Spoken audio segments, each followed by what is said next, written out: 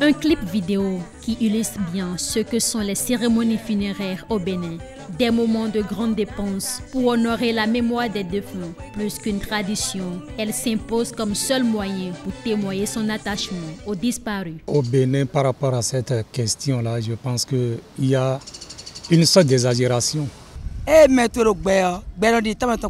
Il est préférable d'honorer ses parents de leur vivant. Moi, je suis du Mondo. Pour enterrer là-bas, c'est pas un souci. Il suffit que vous trouvez cercueil, petit à côté là, et puis votre maman n'est pas de votre papa n'est pas de vous enterrer ça.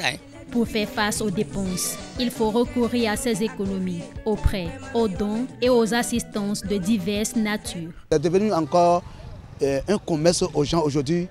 Le fait qu'ils ont des cadres un peu passés par là, ils achètent vraiment même l'argent pour faire ce genre de choses, pour dire ah j'ai des grands cadres.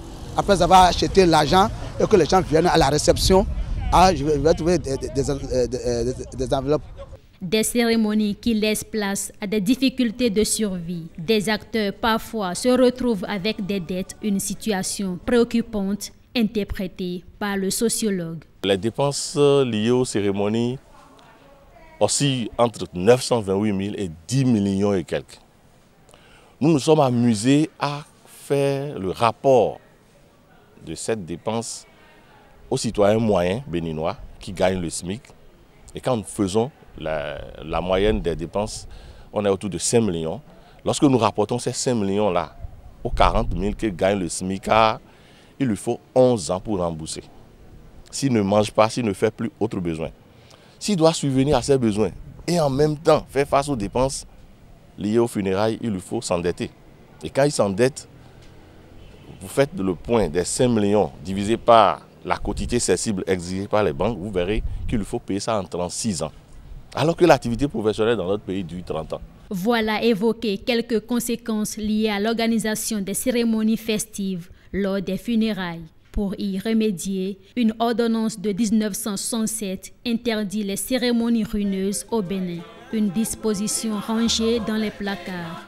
Une récente initiative, celle d'une proposition de loi portée par le député Nazé Sado, vise à réglementer les dépenses à l'occasion de ces cérémonies. Mais elle est diversement appréciée. La loi que l'Assemblée demande là, ça ne peut pas marcher. Parce que les gens ne peuvent pas avoir de l'argent sans dépenser pour leur décès. Non. Si ça mérite de faire un prêt pour faire nos affaires, parce que j'ai la possibilité de faire un prêt. C'est pas on ne peut pas interdire ça. On dit la charité commence par soi-même. Il faut que ça devait commencer par eux-mêmes d'abord. Désormais, lors des décès, la belle famille ne montera plus les enchères puisque c'est interdit. Cette loi est la bienvenue. Moi aussi je suis d'accord, on n'a qu'à diminuer ça. Tout ça là, on ne veut plus ça. Parce que le temps aussi est dur.